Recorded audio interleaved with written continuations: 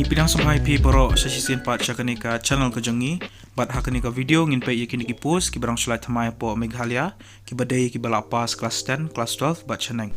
Syabang ngin sedang yakani ka video sungguh subscribe yakani ka channel but turn on your new notification bell kanang bapin numdo yaki videos ki bangi upload.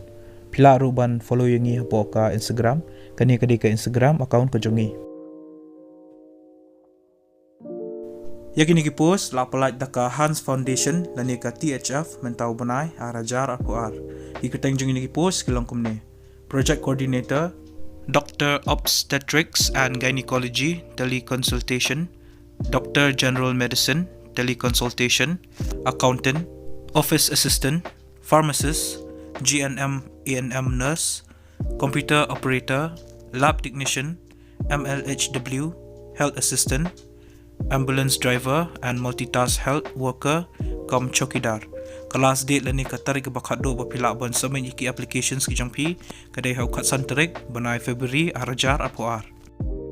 Ya kani ka post project coordinator ka balai artli ka educational qualification kalong kumne.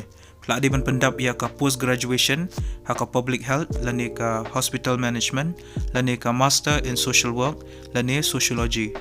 Ya ka post doctor obstetrics and gynecology teleconsultation ka balai artli ke educational qualification kalong kumne.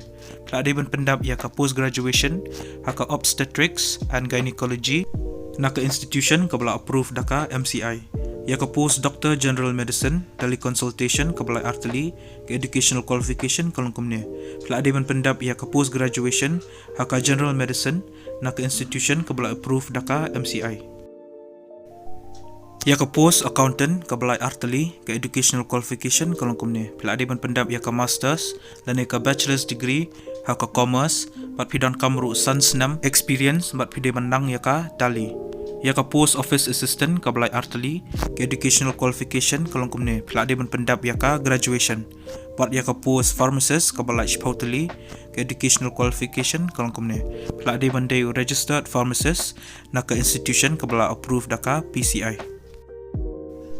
Ya ka post GNM lani ka ANM nurse ka balai sanpautali ka educational qualification kalong kumne. Pla di ban pendap ya ka GNM lani ka ANM degree na ka institution ka balai approved daka NCI. Ya ka post computer operator ka balai sanpautali ka educational qualification kalong kumne. Pla di ban pendap ya ka graduation bat pide ru bandan ka certificate course ha ka computer application.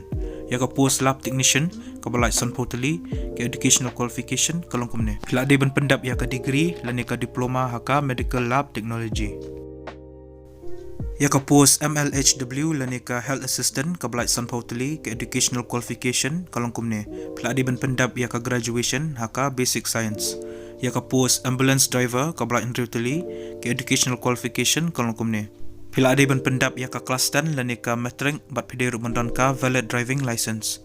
Bat ya ka post multitask health worker kom chokidar ka balai sanpolaitali pihak ban pendap ya ka kelas 10 lani ka matric. Ki candidates ki belong eligible bagi bakwa ban apply kini ki post pihak ban pa ya ka CV ke jongpi syakani ka email address thfneregion@gmail.com syua lani ha ka katsantrik banai February arajar apuar. Ka official notification lani ka notice ka bala apply hi dak ni ka THF ngala ai po description jangan ni ka video diskum ha download bat pulih syua ya ka syaba pin apply kini ki post kana ba pin tip syusyu syapa wiki details.